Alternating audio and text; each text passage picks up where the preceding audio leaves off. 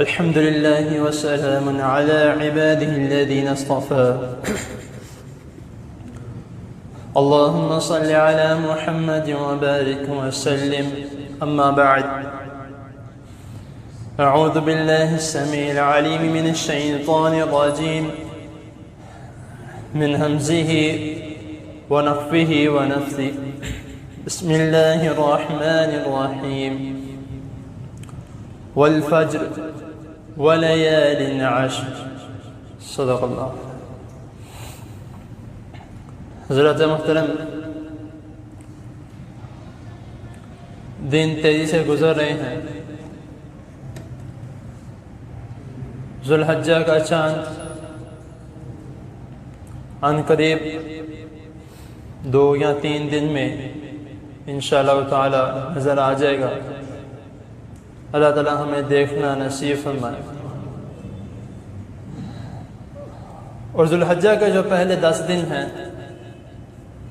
جس طرح میں نے کل بھی اس کے بارے میں کچھ چند باتیں بیان کی تھی کہ اللہ تعالیٰ نے ان 10 دنوں کی بہت زیادہ فضیلت، اور اللہ تعالیٰ کو یہ 10 دن اتنے زیادہ محبوب ہیں کہ جتنے پورے سال کا کوئی ایک دن بھی نہیں ہے.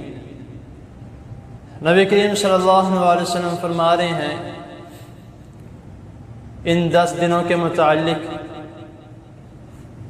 کہ یہ 10 دن اتنے فضیلت والے ہیں کہ ان کے علاوہ اور کوئی ایسا دن نہیں ہے جو اتنی فضیلت رکھتے.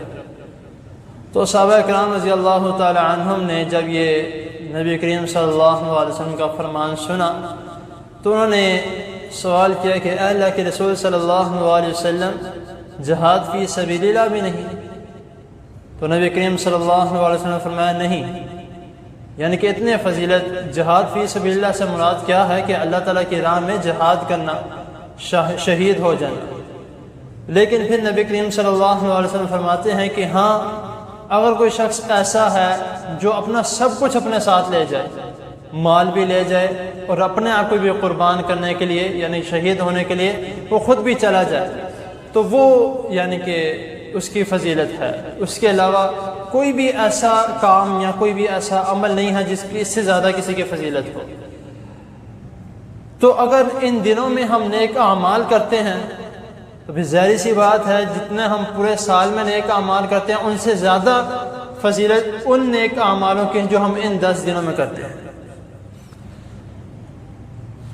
حضرت عمر رضی اللہ تعالی عنہ کی حدیث ہے کہ جس میں وہ بیان کر رہے ہیں کہ نبی کریم صلی اللہ علیہ وسلم نے فرمایا کہ ان 10 دنوں میں تم یہ کلمات کثرت سے کیا کرو. وہ کون سے کلمات ہیں؟ سبحان اللہ والحمد للہ ولا الہ الا اللہ واللہ اکبر. یہ 4 کلمات جو ہیں یہ کثرت سے کیا کرو، کیونکہ ان 4 کلمات اگر اکٹھے پڑھ لیں وہ بھی ٹھیک ہے، اگر علیحدہ علیحدہ پڑھ لیں وہ بھی ٹھیک ہے.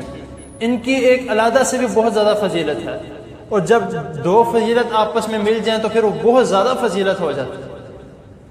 اس کے بعد جو بھی میں نے آپ کے سامنے اس کی اور فضیلت کیا ہے کہ جو میں نے ابھی آپ کے سامنے سورۃ فجر کی 2 آیات تلاوت کی ہیں، والفجر ولیال عشر. اللہ تعالیٰ اس جگہ پر جو یہ واو یہاں پہ جو استعمال ہوا، یہ قسم کے یعنی کہ مانند استعمال کیا گیا ہے. ادھر اللہ تعالیٰ قسم اٹھانے ہیں، والفجر، قسم ہے فجر کی، ولیال عشر، اور ان 10 راتوں کی. محدثین فرماتے ہیں کہ وہ کہتے ہیں کہ جو یہاں پہ 10 راتوں کے بارے میں ذکر کیا گیا ہے وہ ذوالحجہ کے 10 راتیں ہیں. ذوالحجہ کے 10 دن ہیں یا 10 راتیں ہیں. ادھر الفاظ ولیال یعنی کہ رات کے بارے میں استعمال ہوا ہے، تو بات یعنی کہ وہی ذوالحجہ کے بارے میں کی جا رہی ہے. اس کے بعد پھر ایک اور آیت میں اللہ تعالیٰ فرما رہے ہیں وَيَذْكُرُ اسْمَ اللَّهِ فِي أَيَّامٍ مَعْلُومَاتٍ، کہ ان دنوں میں وہ ان الفاظوں کا ذکر کرو یا ان کلمات کا ذکر کرو، ان کلمات کو زیادہ سے زیادہ پڑھا کرو جو تمہیں سکھائے گئے ہیں. اب وہ کلمات کون سے ہیں؟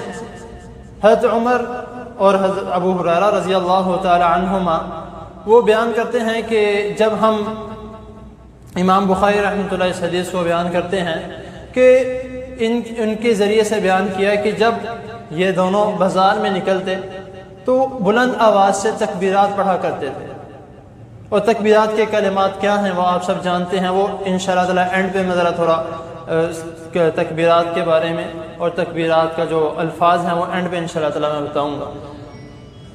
تو وہ بیان کرتے ہیں امام بخاری رحمۃ اللہ کہ نبی کریم صلی اللہ حضرت عمر اور حضرت ابو ہریرہ رضی اللہ تعالی عنہ جب بازار میں نکلا کرتے تھے تو بلند آواز سے ان 10 دنوں میں، یہ نہیں کہا گیا کہ صرف عید کے موقع پر، ان 10 دنوں میں یہ کلمات جو ہم تکبیرات پڑھتے ہیں اللہ اکبر والے، تو یہ کلمات یا یہ تکبیرات وہ بلند آواز سے پڑھا کرتے تھے۔ اور بلند آواز سے کیوں پڑھا کرتے تھے؟ کہ ہم پڑھ رہے ہیں، ہمیں پڑھتے ہوئے سن کے باقی لوگ بھی پڑھنا شروع ہو جائے۔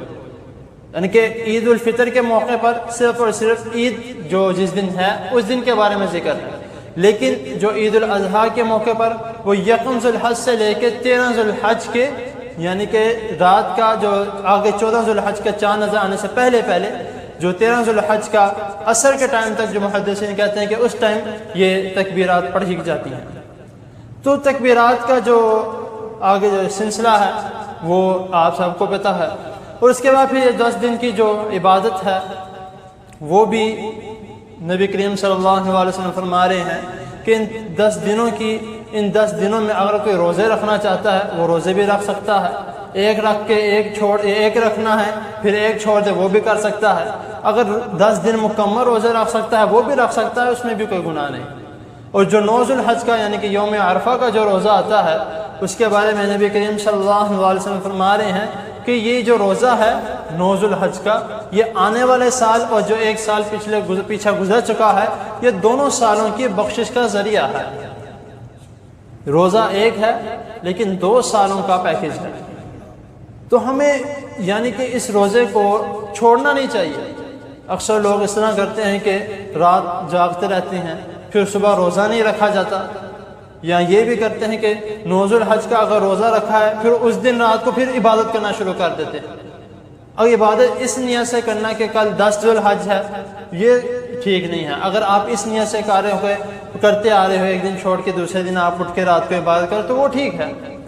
اکثر لوگ عید کی خوشی میں یا عید کی ویلکم کرنے کی خوشی میں تو وہ رات کو عبادت کرنا شروع کر دیتے ہیں، یہ طریقہ کار غلط ہے۔ تو بہتر یہ ہے کہ جو حکم دیا گیا ہے، جو نبی کریم صلی اللہ علیہ وسلم کا فرمان ہے، اس کے مطابق عمل کیا جائے تو انشاءاللہ تعالی ہمارے لیے بھی بہتر ہے اور گھر والوں کے لیے بھی بہتر ہے۔ اور اینڈ پہ جو میں نے کہا تھا کہ عید جو تکبیرات ہیں وہ آپ سب پڑھتے بھی ہیں سنتے بھی ہیں، جو بلند آواز سے کوشش یہ کی جائے۔ اور امام باقر رحمۃ اللہ کے بارے میں آتا ہے کہ جب وہ نفل نماز پڑھ کے فارغ ہوتے تو نفل نماز کے بعد بھی تکبیرات پڑھا کرتے تھے۔ تو اگر ہم سنتے پڑھتے ہیں، نوافل پڑھتے ہیں، یا اگر نماز پڑھتے ہیں، نماز پڑھنے کے بعد بھی اگر ہم تکبیرات پڑھنا چاہیں تو ہم پڑھ سکتے ہیں، اس میں کوئی حرج نہیں ہے۔ کیونکہ جب حضرت ابو ہریرہ رضی اللہ تعالیٰ عنہ، حضرت عمر رضی اللہ تعالیٰ عنہ کے بارے میں آتا ہے کہ وہ بازار میں جاتے ہیں تو یہ تو پھر نماز پڑھنے کا ہے، تو نماز پڑھنے کے بعد اگر ہم تکبیرات پڑھیں یا ویسے ہم اگر بلند آواز تکبیرات پڑھتے ہوئے جاتے ہیں تو ہمیں پڑھتے ہوئے دیکھ کر کوئی اور پڑھنے لگ جاتا ہے، اس کو بھی ثواب ملے گا اور ہمیں بھی ثواب ملے گا، کیونکہ ہم نے اس کو اس کے بارے میں کہا ہے۔ تو جو تکبیرات کے جو الفاظ ہیں وہ اس میں آتا ہے کہ شیبہ حدیث جو ہے ابن شیبہ کی وہ کتاب ہے، تو اس میں جو الفاظ آتے ہیں کہ اللہ اکبر لا الہ الا اللہ واللہ اکبر اللہ اکبر اللہ اکبر وللہ الحمد، اس میں یہ الفاظ آتے ہیں۔ اور جو مسلم کی حدیث ہے اس میں یہ الفاظ آتے ہیں اللہ اکبر اللہ اکبر کبیرہ والحمد للہ کثیرہ وسبحان اللہ بکرۃ واصیلا۔ ہم دونوں بھی پڑھ سکتے ہیں، ایک پڑھنا ہے ایک بھی پڑھ سکتے ہیں، کوئی بات نہیں۔ اور باقی جو ذکر و اذکار ہیں، نوافل ہیں، ان کا ہمیں ان 10 دنوں میں کثرت سے کوشش کرنی ہے، کیونکہ ان 10 دنوں کی عبادت انشاءاللہ تعالی ہمارے جو سال گزر چکا ہے یا ہماری زندگی میں جو کمی کوتاہیاں ہو گئی ہیں انشاءاللہ تعالی ان 10 دنوں میں وہ عبادت کرنے سے اللہ تعالیٰ پوری کر دیں گے۔ تو ہمیں کوشش کرنی ہے کہ زیادہ سے زیادہ نوافل پڑھے جائیں، قرآن کی تلاوت کی جائے، ذکر و اذکار کیا جائے، تو انشاءاللہ تعالی اللہ تعالیٰ ہمیں اس کا بہترین بدلہ دیں گے۔ اللہ تعالیٰ کے حضور دعا ہے اللہ تعالیٰ ہمیں جو سنا اس کو سمجھنے کے، اس پر عمل کرنے کی توفیق عطا فرمائے۔ وآخر دعوانا ان الحمدللہ رب العالمین۔ دعا کرنا بیماروں کے لیے، کافی لوگوں نے کہا کہ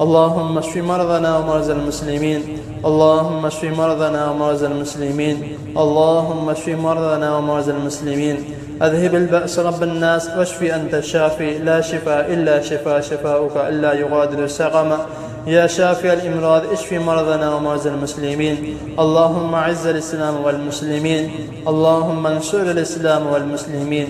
اللهم إنا نعوذ بك من جهد البلاء ودرك الشقاء وسوء القضاء وشماتة الأعداء.